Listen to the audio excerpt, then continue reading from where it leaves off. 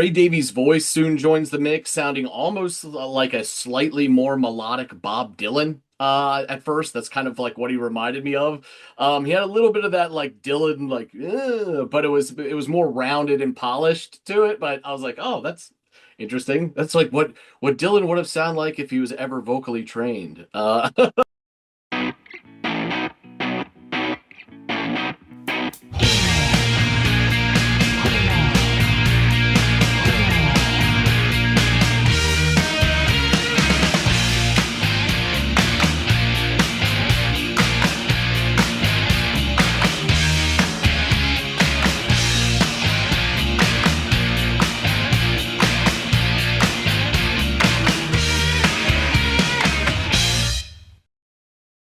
Hey, everybody out there. Welcome back to another episode of the Audiophiles. By now, if you don't know, I'm Andy, and that's John, and we get together and exchange music and then talk an awful lot about it. John, you're going to be offering me up a track to go off and listen to, my friend. What is the song? Who is the artist? Yeah, just before we do that, just explain to the viewers why we're recording this. This is November the 1st, so there's lots of idiots setting off fireworks everywhere. Um, our dog, Marlowe, we got him at the end of February last year, so he hasn't been with us for bonfire night. So he's been sitting with me, and coincidentally, I don't even have any speakers. All I've got is these. But as soon as Andy started talking, he just walked out. So, everyone's a critic. I have, yes, So I if we have that get track. So if we have movement backwards and forwards, it's just, I want him to be able to feel safe. So that's why, I let him wander around. Apologies if it disrupts the episode, but such is life. Anyway, moving on. So we are going to listen to today the Kinks, another track Okay. by them. Yeah. Wonderful, wonderful This will band. be number two, right? It will be number two. You previously listened to Ape Man Yes. from the album Lola versus Power Man and the Money Go Round Part 1, and there never was a Part 2. So this is a song called Last of the Steam-Powered Trains. It's a bit of a mouthful. Okay. Last of the steam-powered trains. Ah. Interesting. Okay. Well, cool. I'm always down to listen to some more from the Kinks. So let me go off and do just that, and then I will come back and give you my thoughts. Hmm.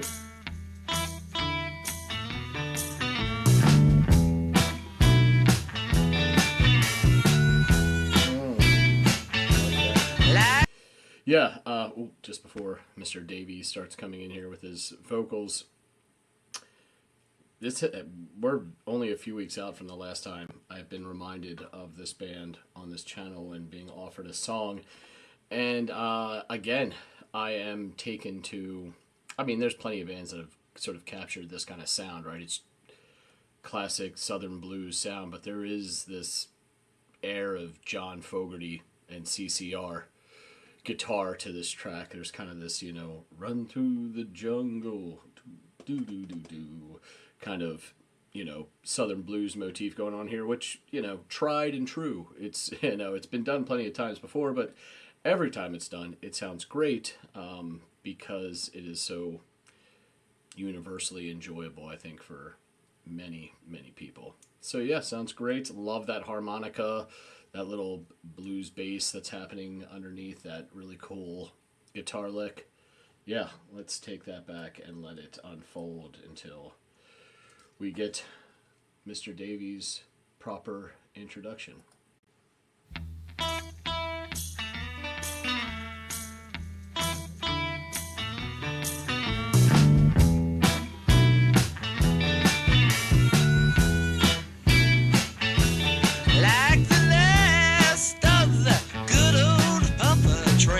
Sounds like a more melodic Bob Dylan. I'm the last of the blood and sweat brigade, and I don't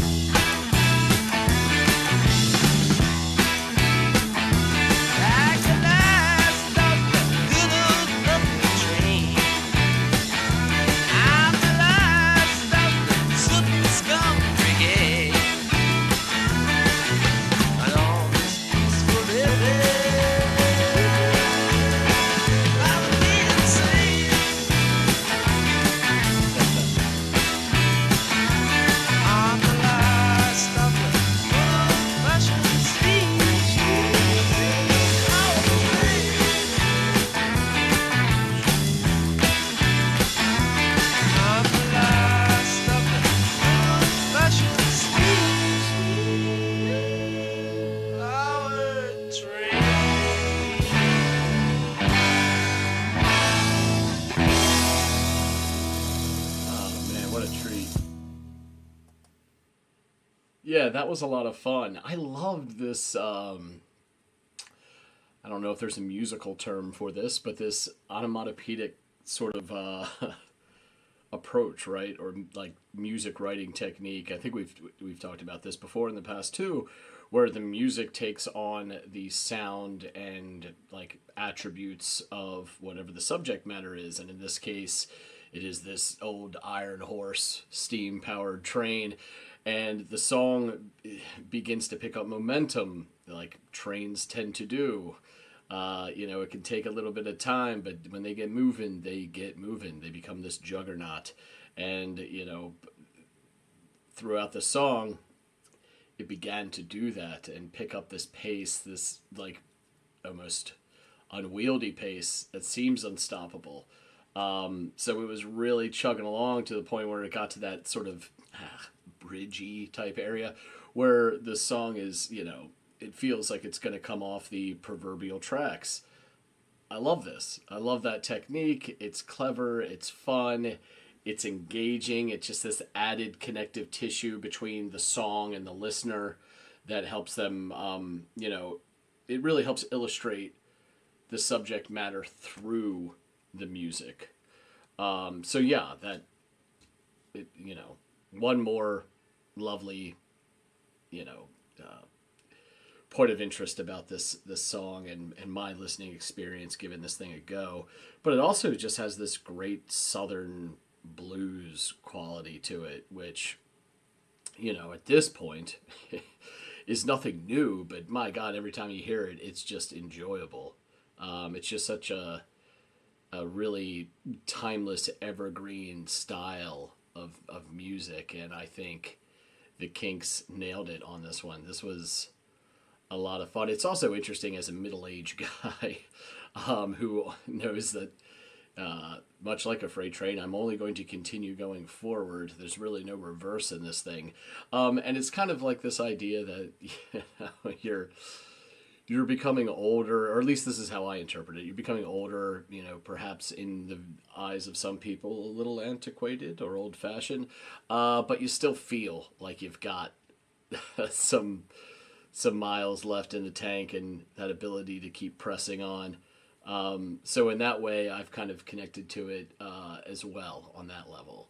So I don't know. That was my sort of interpretation of it. I wonder how much of this rings true. I think it's kind of inarguable that they wanted the song to, at the very least, sound like this train-like juggernaut.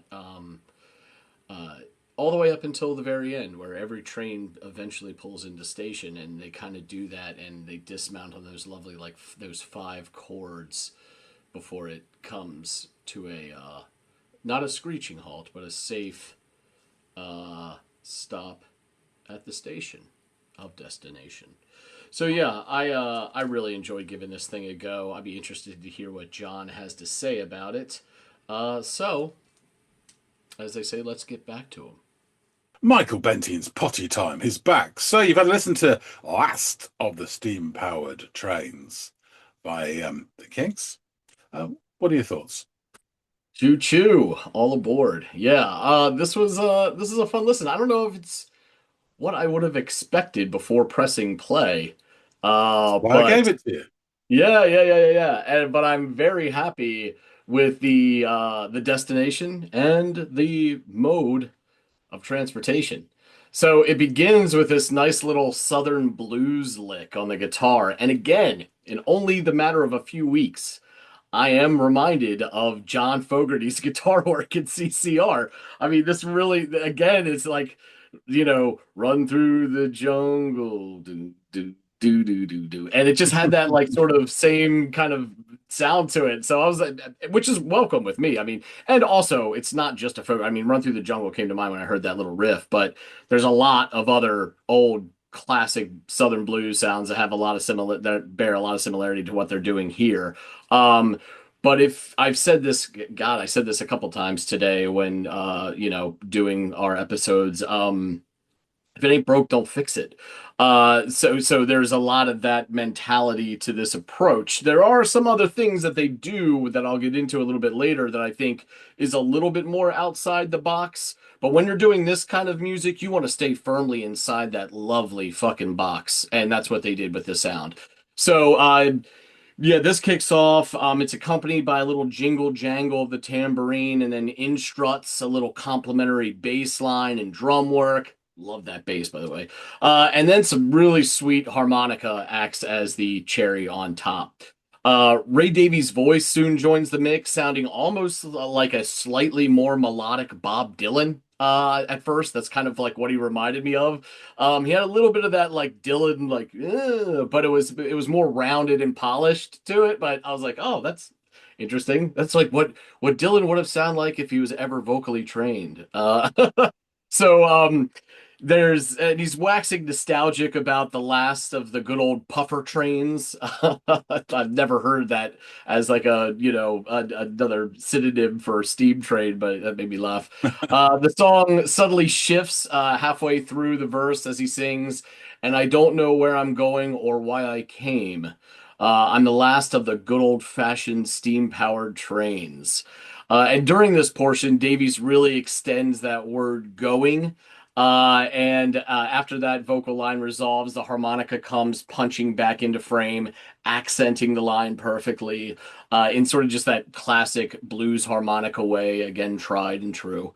During the next stanza of lyrics, the harmonies really stand out to me as they deliver the lines, I live in a museum, particularly when they land on and extend the word museum. And this is a sort of a reoccurring theme from here when they get to this sort of portion of the stanza. And every time they do, I really love it. So again, this is nothing that I haven't heard before. But like I mentioned, the harmonica earlier, it's tried and true, and it just sounds great. So I'm not sure if it's the first time it occurs, but this is certainly the first time I noticed this addition of hand claps as an accented percussive element. And it's just after maybe the third stanza of lyrics around the 220 mark. Simple but effective added touch literally and figuratively. It's just after this portion that the rolls by the drummer are standing out to me. They're tight, but the drum head has just enough slack to it that it adds this almost onomatopoeic element to the music, as if it itself has taken on the quality of this old timey train chugging along the tracks. And I've also noticed something else here, that the song is picking up pace on me, slowly but surely. It's not super evident as it becomes later in the song when they really lean into it, but it is like, and it happens subtly at first, so you don't really notice until you're kind of in it, but that is also interesting and kind of onomatopoeic to the whole song, because it's gaining momentum as a train does. I mean, these are big, heavy pieces of machinery that require a lot of power to propel them, but once they get there, they're juggernauts. So it had that effect going too, which I'm checking my boxes about literary mechanisms, but through the lens of music, so they become music writing mechanisms. And go ahead. Just before I forget, one of my friends used to work for British Rail years back. Just after he left college, he got a temporary job there because I think the girl he was seeing at the time, her family worked in British Rail. And he was saying that we have these things in this country called Intercity 125s, which go to 125 miles an hour. And the stopping distance for them is 6 miles. Yeah, exactly. That's what I mean by juggernaut. Like, it takes a lot to get them to stop. Once their big asses pick up that event, because if it takes 6 miles to stop, how many miles does it take to reach maximum speed? You know what I mean? Especially these older trains that aren't, electric and, super powered and all this stuff. So yeah, and you think about these idiots who sort of try and jump the crossing, and they're not going to stop. They're never going to stop. just don't tempt fate, okay, please.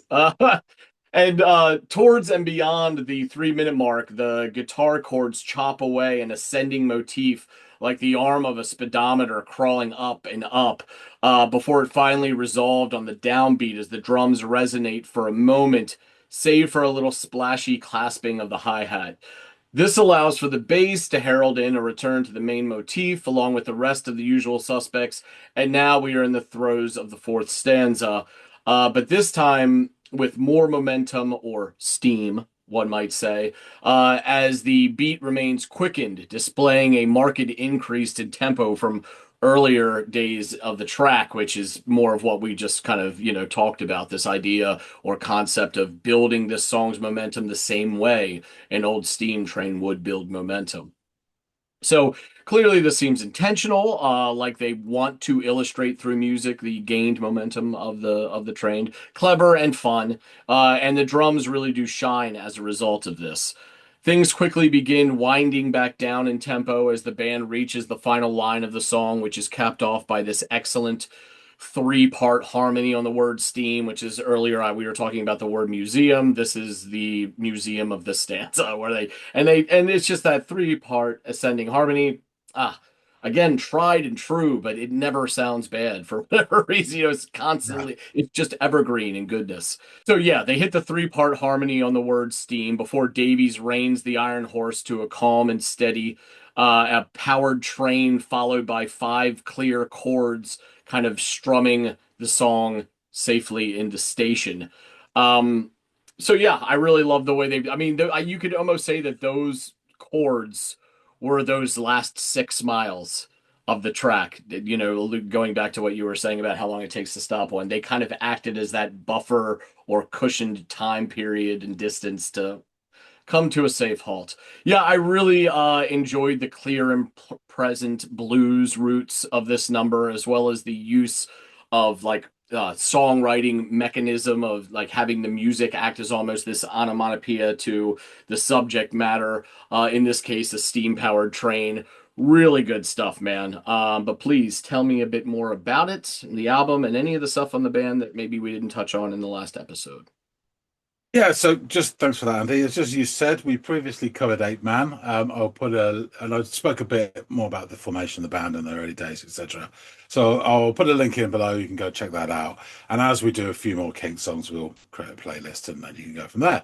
So I chose this because this album is fucking amazing, and hugely influential and a cult album. And I thought I'd pick a song off there which you wouldn't necessarily think, oh, that's the Kinks, because Mhm. it's a very American blues type. Yeah. Unlike pretty much not all, but a lot of Ray Davies's songs, it's an onion. There are layers to this, which you will find out shortly, which I think you'll find interesting. So the album is The Kinks Are the Village Green Preservation Society. It is their sixth studio album and is released in November 1968. It was lauded at the time by contemporary critics for its songwriting, and has subsequently has been regarded as one of the first concept albums. Um, the album was the band's first, which actually failed to chart in either the UK or the States. And it kind of held it this way for them to be embraced by the sort of new underground rock press that was emerging through the States at the time. Um, and they transformed from a very popular mid-60s pop hitmaker band into a critically acclaimed and cult favorite band. This is the transition.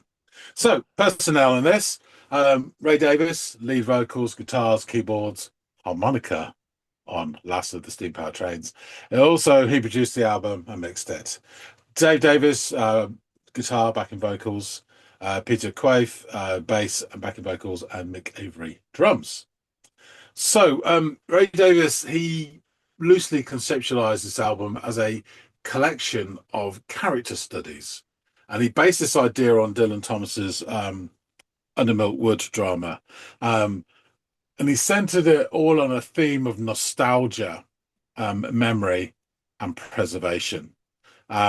So the album reflects a lot of things, but in particular, Davis's concerns about increasing modernization of British society and the encroaching influence of those damn Yankees and Europe on the English, culture. So the release of the album was timed to correspond with the Christmas rush. And coincidentally, it was released on the same day as the Beatles' White Album and the Rolling Stones' Beggars Banquet.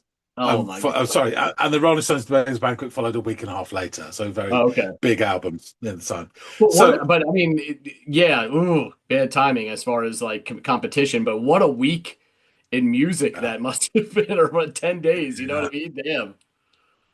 So Village Green was moderately advertised and reviewed, but its sales were quickly eclipsed by other albums. The White Album sold 2 million copies worldwide in its first week, while the Village Green failed to chart in the UK or anywhere in Europe. They reckon it probably sold about 400,000 worldwide in total during that sort of time. Yeah. So Last of the Steam Powered Trains was written by Ray Davies on a piano, and he recorded a demo in '68 on a reel-to-reel tape recorder at his home. His initial composition differed from the finished song in many ways. A slightly different riff. The original demo had a very throaty vocal and jazz-orientated sound. The finished track that you heard is uncharacteristically live sounding compared to the other tracks on the album. And to ensure his voice cut through the loud instrumental backing, Davis changed his original throaty vocal to a more nasally tone, otherwise known as Dylan-esque. All the other tracks in the album run under 3 minutes, but this one is over 4. After he created that sort of a mono reference mix, the band overdubbed a reprise, extending the song by nearly a minute.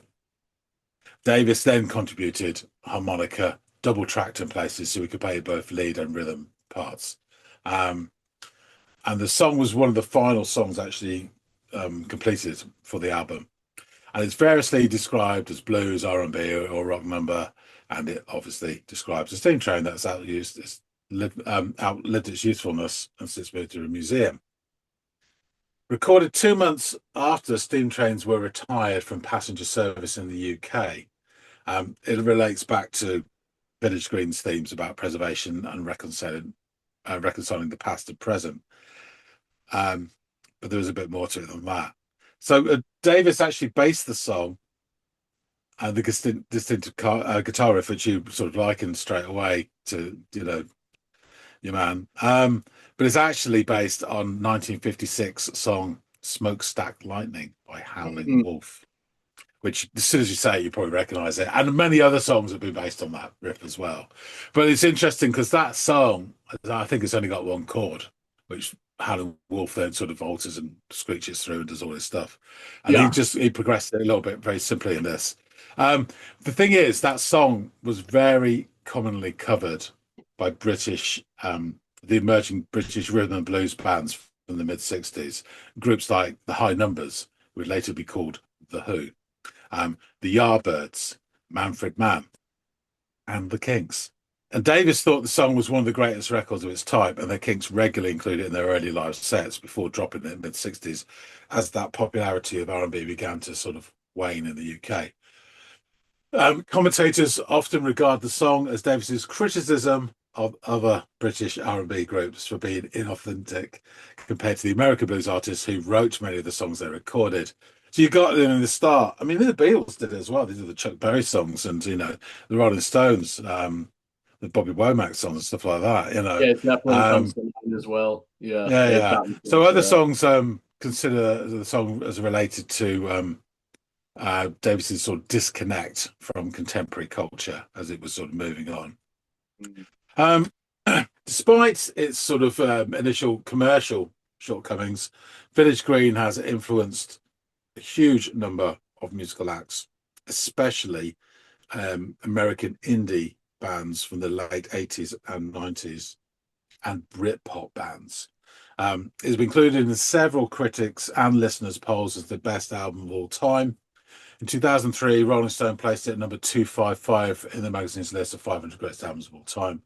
In Pitchfork and and Pace lists of best albums of the 60s, they placed it at 27 and 18, respectively. And of course, it is also featured in the book 1001 Albums You Must Hear Before You Are Beaten to Death by Rabid Squirrels. And here we are. What a way to go out.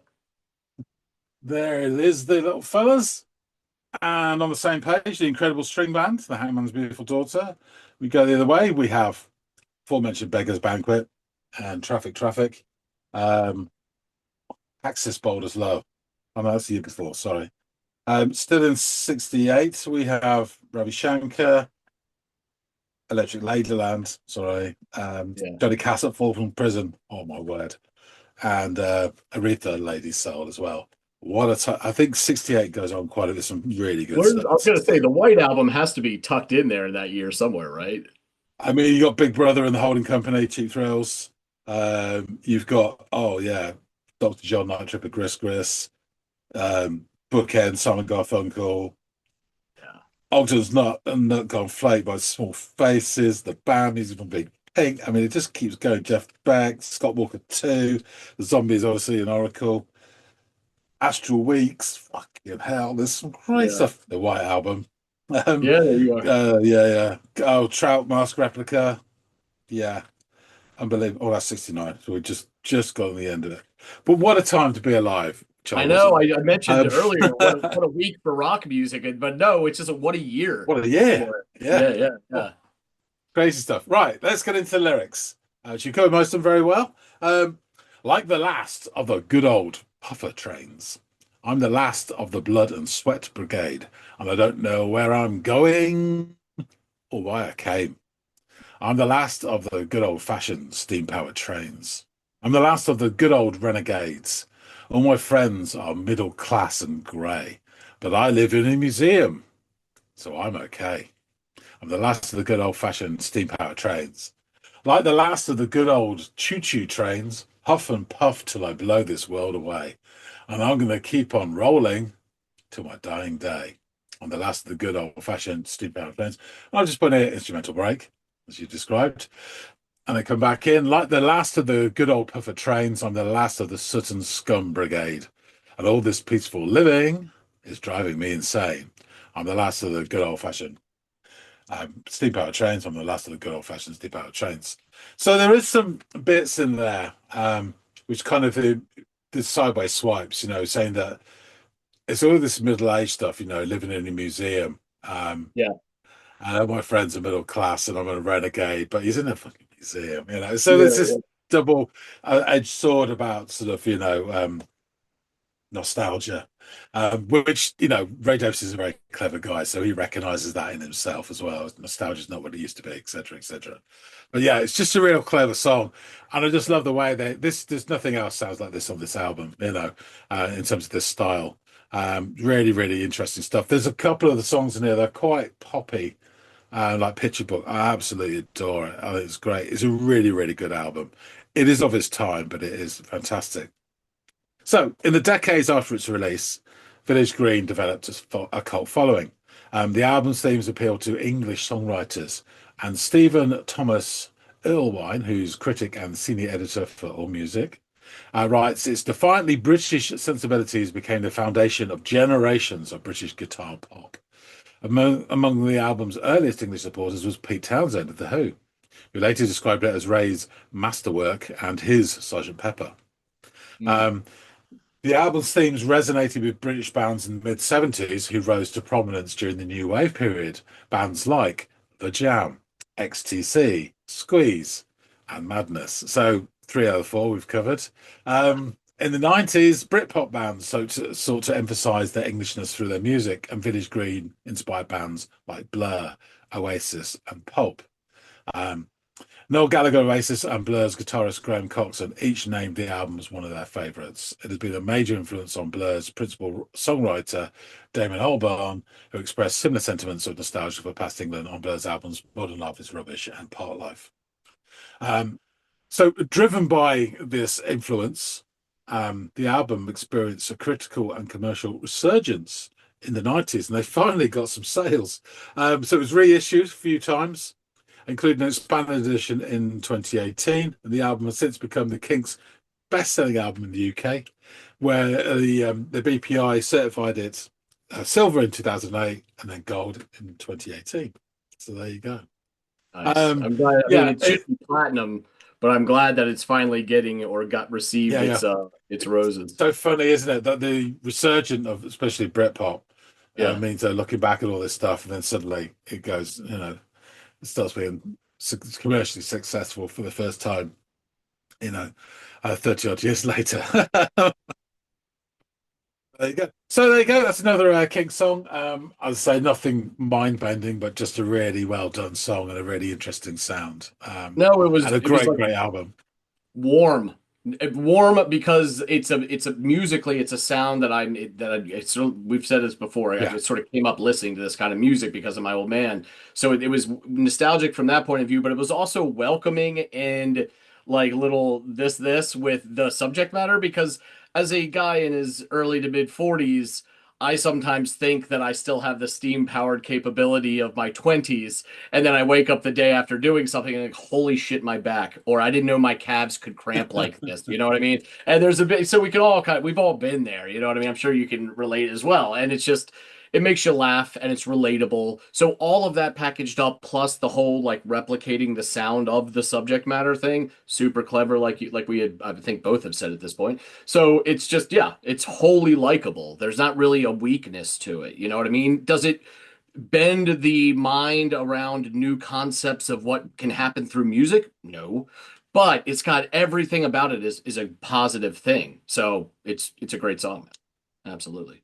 Ray Davies is a clever bastard. He really is. Yeah. And a great, great songwriter. So I shall wrap it up. Thanks for listening, Sandy. Folks out there, tell us what you think. If you like this, do hit the like button. And drop some comments. We'd love to hear from you, your thoughts on this track and this album. It is a Bobby Dazzler. But yeah, we'd love to hear from you. And if you haven't subscribed already, please do. We really appreciate everybody who does support the channel. And yeah, hop on board. Choo choo. That being said, thanks so much for watching, and we'll see all of you on the next episode of the Audiophiles. See you later, guys.